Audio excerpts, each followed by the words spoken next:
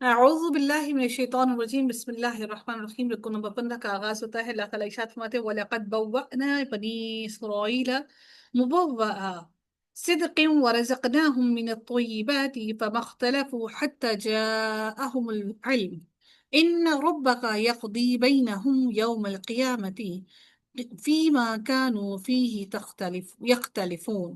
اللہ تعالیٰ فرماتے ہیں اور بلا شبہ یقیناً ہم نے بنی اسرائیل کو ٹھکانہ دیا تھا، یعنی باعزت ٹھکانہ۔ اللہ تعالیٰ نے یہودیوں پر جو انعامات کیے ان کا بیان فرمایا جا رہا ہے کہ ہم نے انہیں شہروں میں اور بیت المقدس کے ارد گرد جگہ دی۔ اور پھر اللہ تعالیٰ نے پھر مزید فرمایا کہ وَرَزَقْنَاهُم مِّنَ الطَّيِّبَاتِ، اور انہیں پاک چیزوں میں سے رزق دیا، یعنی پاکیزہ دل پسند اور لذیذ چیزوں سے ان کو رزق عطا کیا۔ اللہ تعالیٰ نے انہیں کثیر تعداد میں پھل عطا کیے، جانور، خشکی اور تری کا شکار دیا۔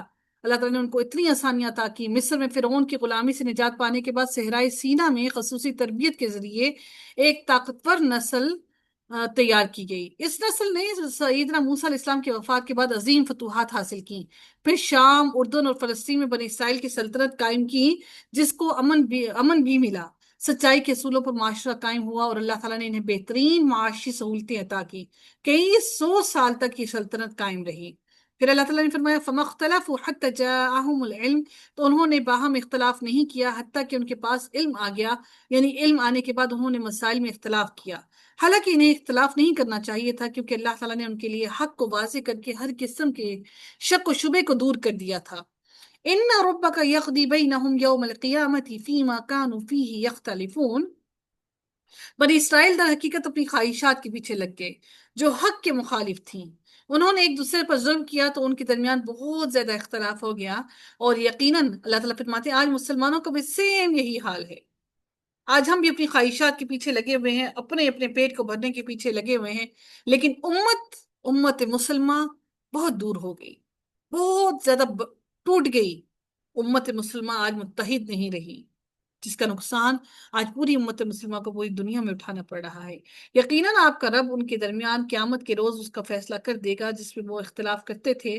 آپ کا رب قیامت کے دن ان کے درمیان ان کے تمام اختلافات کا فیصلہ یقیناً کر دے گا۔ اختلاف کیوں ہوتے ہیں؟ اس لیے کیونکہ اختلافات لا علمی کی بنیاد پر ہوتے ہیں۔ ایسے اختلافات کا علاج علم ہے۔ جب علم نہیں ہوتا تو اختلافات ہوتے ہیں، جب علم آ جاتا ہے تو پھر اختلافات ختم ہو جاتے ہیں۔ لیکن اگر لوگ سننا نہ چاہیں تو آپ ان کو دین سکھا نہیں سکتے۔ پھر میرے رب نے فرمایا فَإِن كُنْتَ فِي شَكٍّ مِّمَّا أَنزَلْنَا إِلَيْكَ فَاسْأَلِ الَّذِينَ يَقْرَؤُونَ الْكِتَابَ مِن قَبْلِكَ۔ پھر اگر آپ اس بارے میں کسی شک میں ہو جو ہم نے آپ کی طرف نازل کیا ہے تو آپ ان لوگوں سے پوچھیں جو آپ سے پہلے کتاب پڑھتے ہیں۔ لَقَدْ جَاءَكَ الْحَقُّ مِن رَبِّكَ فَلَا تَكُونَنَّ مِنَ الْمُمْتَرِينَ۔ بلا شبہ یقیناً آپ کے پاس آپ کے رب کی طرف سے حق ہی آیا ہے، سو آپ ہرگز شک والوں میں سے نہ ہوں۔ فَلَا تَكُونَنَّ مِنَ الْمُمْتَرِينَ، آپ ہرگز شک کرنے والوں میں سے نہ ہوں، یعنی آپ ان جیسے لوگوں میں شامل نہ ہونا جو شک و شبے میں مبتلا ہو گئے۔ ممترین میں سے نہ ہو جاؤ سے مراد ہے کہ مسلسل حالت شک میں نہ رہو، شک دور کرنے کی کوشش کرو، جو کوشش کرتا ہے وہ ممترین میں سے نہیں رہتا۔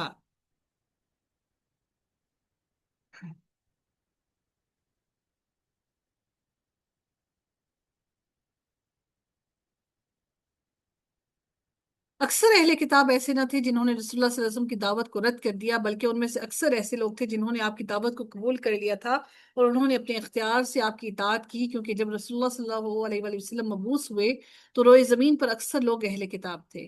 اسلام پر زیادہ مدت نہیں گزری تھی کہ شام، مصر، عراق اور ان کے آس پاس کے علاقوں کے اکثر لوگ مسلمان ہو گئے۔ یہ ممالک اہل کتاب کے مذہب کا گھر تھا۔ کون سے؟ شام، مصر، عراق۔ اسلام قبول کرنے سے وہی لوگ باقی رہ گئے تھے جنہوں نے اسلام کو قبول نہیں کیا تھا، جن کے پاس سرداریاں تھیں، جو سردار تھے، اور جنہوں نے اپنی سرداریوں کو حق پر ترجیح دی تھی، جنہوں نے اپنے نام اور نسب کو ترجیح دی۔ آپ کی بات بھی وہی لوگ نہیں سنتے، نہیں سمجھتے جن لوگوں کو اپنا نام اور نسب اور جو آپ کو حقیر سمجھتے ہیں، وہ لوگ کبھی بھی آپ کی بات نہیں سنیں گے۔ وَلَا تَكُونَنَّ مِنَ الَّذِينَ كَذَّبُوا بِآيَاتِ اللَّهِ فَتَكُونَ مِنَ الْخَاسِرِينَ، اور آپ ہرگز ان لوگوں میں سے نہ ہونا جنہوں نے اللہ تعالیٰ کی آیات کو جھٹلا دیا، ورنہ آپ خسارہ پانے والوں میں سے ہو جائیں گے۔ من الذین کذبوا بآیات اللہ فتکون من الخاسرین، یعنی جھٹلانے والوں میں سے نہ ہونا ورنہ آپ بھی خسارہ پانے والوں میں سے ہو جائیں گے، یعنی قیامت کے دن آپ صلی اللہ علیہ وسلم خسارہ اٹھانے والوں میں سے ہو جائیں گے، یعنی کہ تکذیب کا نتیجہ خسارہ ہے، اور وہ ہے منافع کا بالکل، منافع کو بالکل ختم کر دیتا ہے، اس کا آخرت میں اس کا کوئی ثواب باقی نہیں رہتا۔ تو شک میں پڑنا انسان کو ہرگز نہیں چاہیے۔ آج بہت سے لوگ ہیں، جو بہت سے مسلمان ہیں، جو قرآن کی آیتوں کو جھٹلاتے ہیں بغیر کسی حجت کے، بغیر کسی پریشانی کے، بغیر دل میں کسی آر کے۔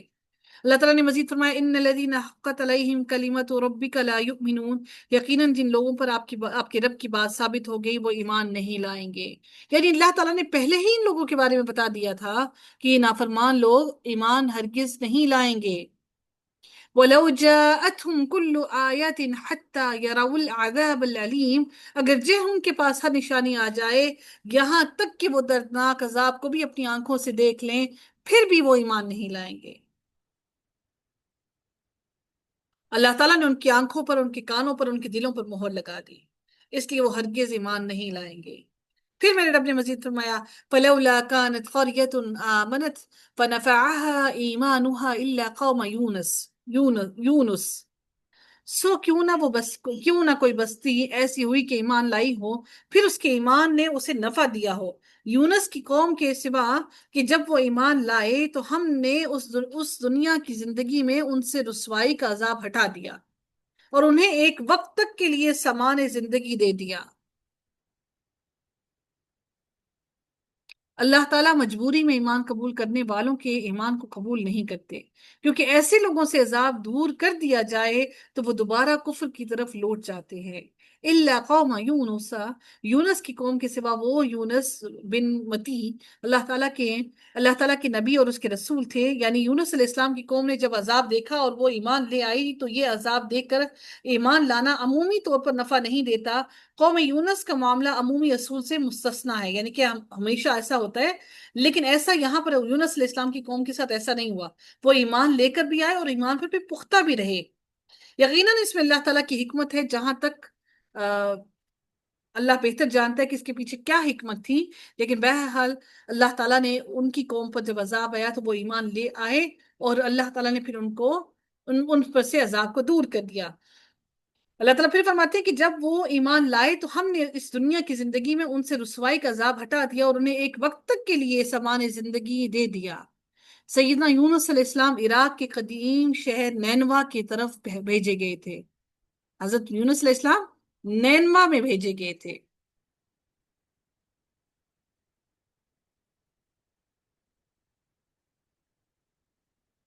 اللہ تعالیٰ مزید فرماتے ہیں سورہ الصافات میں، اور یقیناً یونس پیغمبروں میں سے تھا، جب وہ ایک بھری کشتی کی طرف بھاگ گیا، پھر انہوں نے کرا ڈالا تو وہ مات کھانے والوں میں سے تھا، چنانچہ اس کو مچھلی نے نگل لیا، اور اس حال میں کہ وہ ملامت زدہ تھا۔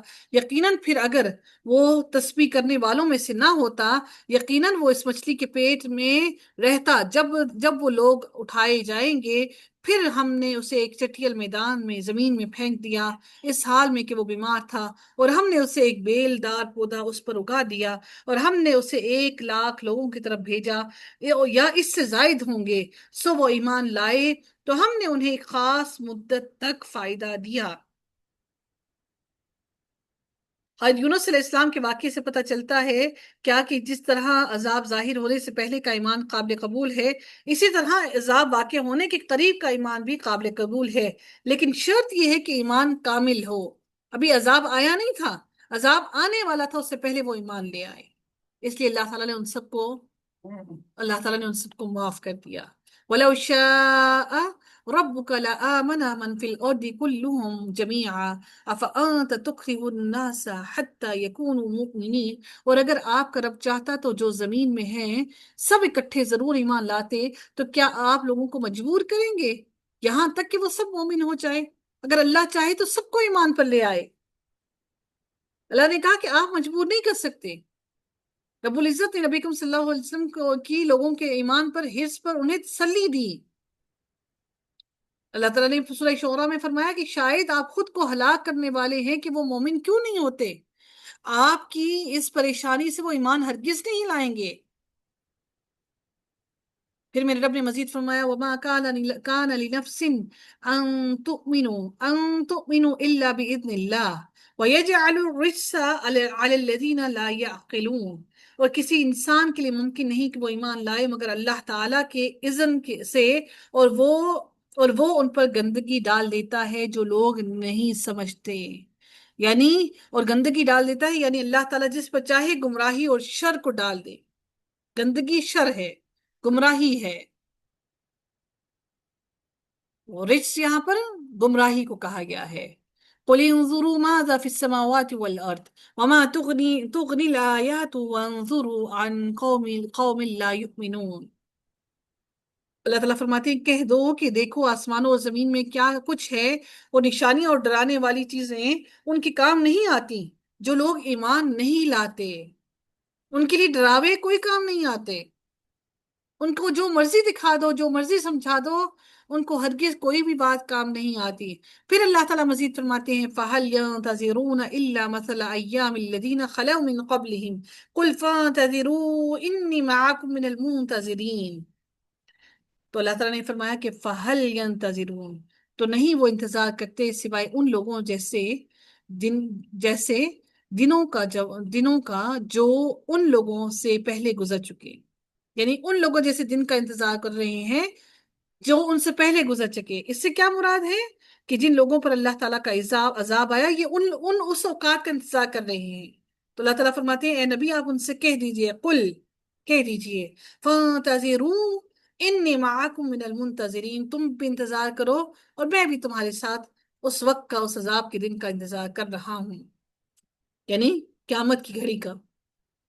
ثم ننجي رسلنا والذين آمنوا كذلك حقا علينا ننجي المؤمنين، پھر ہم اپنے رسولوں کو اور ان لوگوں کو جو ایمان لائے نجات دیتے ہیں، اسی طرح ہم پر حق ہے کہ ہم مومنوں کو نجات دیں۔ حقا علینا ننجی المؤمنین، ہم پر حق ہے کہ ہم ایمان والوں کو نجات دیں۔ اگر آج ہم زندگی میں کسی مشکل و مشقت میں ہیں تو سب سے پہلے ہمیں اپنے ایمان کو ٹٹولنا چاہیے۔ کیا ہمارا ایمان اس قدر پختہ ہے کہ اللہ تعالیٰ ہمیں اس تکلیف سے نجات عطا کر دے؟